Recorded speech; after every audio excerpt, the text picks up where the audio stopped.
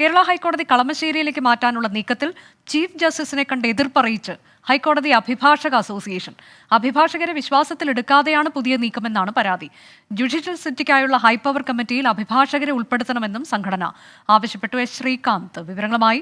ശ്രീകാന്ത്, നേരത്തെ മുഖ്യമന്ത്രി ചീഫ് ജസ്റ്റിസുമായി ഒക്കെ നേരിട്ട് കൂടിക്കാഴ്ച നടത്തിയതിനു ശേഷമാണ് ഇതിൽ അന്തിമ തീരുമാനമായത്. അത് മന്ത്രി പി രാജീവ് ഒക്കെ സ്ഥിരീകരിക്കുകയും ചെയ്തതാണ്. ഇപ്പോൾ അസോസിയേഷന്റെ നിലപാട് എന്താണ്? അഭിഭാഷക അസോസിയേഷന്റെ നിലപാട്? അവർ നേരത്തെ തന്നെ ഈ പുതിയ പദ്ധതിക്കെതിരെ രംഗത്ത് വന്നിരുന്നതാണ്. അവർ പ്രമേയവും പാസാക്കിയിരുന്നു. അതിന് തൊട്ടു പിന്നാലെയാണ് ചീഫ് ജസ്റ്റിസ് എ ദേശായിയെ കണ്ട് ഇപ്പോൾ തങ്ങളുടെ എതിർപ്പ് അറിയിച്ചിരിക്കുന്നത്. ജുഡീഷ്യൽ സിറ്റിക്കായുള്ള ഹൈപ്പവർ കമ്മിറ്റിയിൽ അഭിഭാഷകരുടെ പ്രാതിനിധ്യം ഉറപ്പാക്കണം എന്ന് അവർ ആവശ്യപ്പെടുന്നു.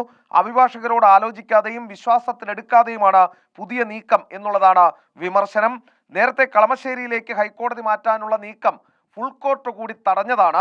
ശേഷമാണ് പുതിയ കെട്ടിടം അവിടെ പണിതത്. ഇപ്പോഴിരിക്കുന്ന കെട്ടിടം പണിതത്. നിലവിലെ കെട്ടിടത്തിന് വെറും 16 വർഷത്തെ പഴക്കം മാത്രമേയുള്ളൂ.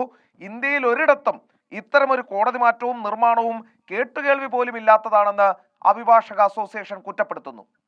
ശരി, കളമശ്ശേരിയിലേക്ക് ഹൈക്കോടതി സമുച്ചയം മാറ്റാനുള്ള നീക്കത്തിലാണ് ഹൈക്കോടതി അഭിഭാഷക അസോസിയേഷൻ എതിർപ്പറിയിച്ച് രംഗത്തെത്തിയത്.